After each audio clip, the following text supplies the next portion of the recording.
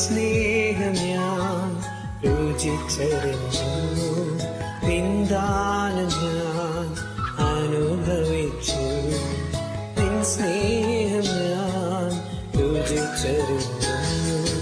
യേശുവേ എൻ ദൈവമേ, നീ എന്നും മതിയായവൻ.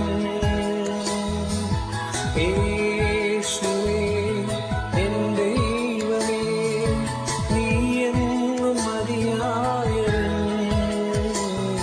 34 സങ്കീർത്തനം 8 വാക്യം. യഹോവ നല്ലവനെന്ന് രുചിച്ചറിവിൻ, അവനെ ശരണം പ്രാപിക്കുന്ന പുരുഷൻ ഭാഗ്യവാൻ. ലോകത്തിൽ നിരവധി ഭാഗ്യങ്ങൾ നാം ഓരോരുത്തരും കണ്ടിട്ടുണ്ട്. എന്നാൽ ആ ഭാഗ്യങ്ങൾക്കൊന്നും നൽകുവാൻ കഴിയാത്ത സന്തോഷമാണ് യഹോവ നല്ലവനെന്ന് രുചിച്ചറിയുന്നത്. 1 ശമൂവേലിന്റെ പുസ്തകം 21 അധ്യായത്തിൽ അതിൻ്റെ 10 മുതലുള്ള വാക്യങ്ങളിൽ ദാവീദിൻ്റെ ഒരു ജീവിത സാഹചര്യത്തെ നമുക്ക് അവിടെ കാണുവാൻ സാധിക്കുന്നുണ്ട്. ഇസ്രായേൽ രാജ്യത്തിൻ്റെ രാജാവായി തിരഞ്ഞെടുക്കപ്പെട്ട ദാവീദിന് രാജ്യം ഭരിക്കുവാൻ കഴിയാതെ വണ്ണം ശൗല് പ്രതികൂലമായി നിൽക്കുകയാണ്. ആ സ്ഥാനത്തിൽ നിന്ന് മാറുവാനോ ആ സ്ഥാനത്തിലേക്ക് വരുവാനൊരുങ്ങുന്ന ദാവീദിനെ ഇല്ലാതാക്കാനുമായാണ് ശൗല് ആഗ്രഹിക്കുന്നത്. എല്ലാ പ്രതീക്ഷകളും അവസാനിച്ചു എന്ന് തോന്നിയ ദാവീദ് അവിടെ നിന്ന് പുറപ്പെട്ട് ശൗലിന്റെ നിമിത്തം ഗത്ത് രാജാവായ ആഗീഷിന്റെ അടുക്കൽ ഓടിച്ചെല്ലുന്നു.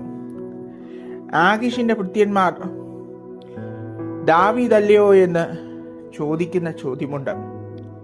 പക്ഷേ അതിന്റെ നടുവിൽ ദാവീദ് പെട്ടെന്ന് ബുദ്ധിഭ്രമം നടിച്ച് അവിടെ നിന്ന് രക്ഷപ്പെട്ട് പോയതായി നമുക്ക് കാണുവാൻ സാധിക്കുന്നുണ്ട്. ജീവിതത്തിന്റെ പ്രതിസന്ധികളുടെ നടുവിൽ ദാവീദിന്റെ കൂടെ ഇരുന്ന ദൈവം നമ്മുടെ കൂടെയുണ്ട്. യഹോവ നല്ലവനായി നമ്മുടെ ജീവിതത്തിൽ ആയിരുന്നത് കൊണ്ടാണ് നാം ഓരോരുത്തരും മുൻപോട്ട് സഞ്ചരിച്ചത്.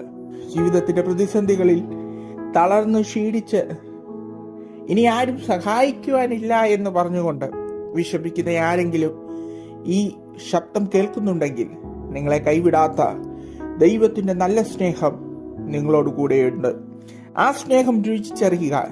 ദൈവം നിശ്ചയമായും നിങ്ങളെ അനുഗ്രഹിക്കും.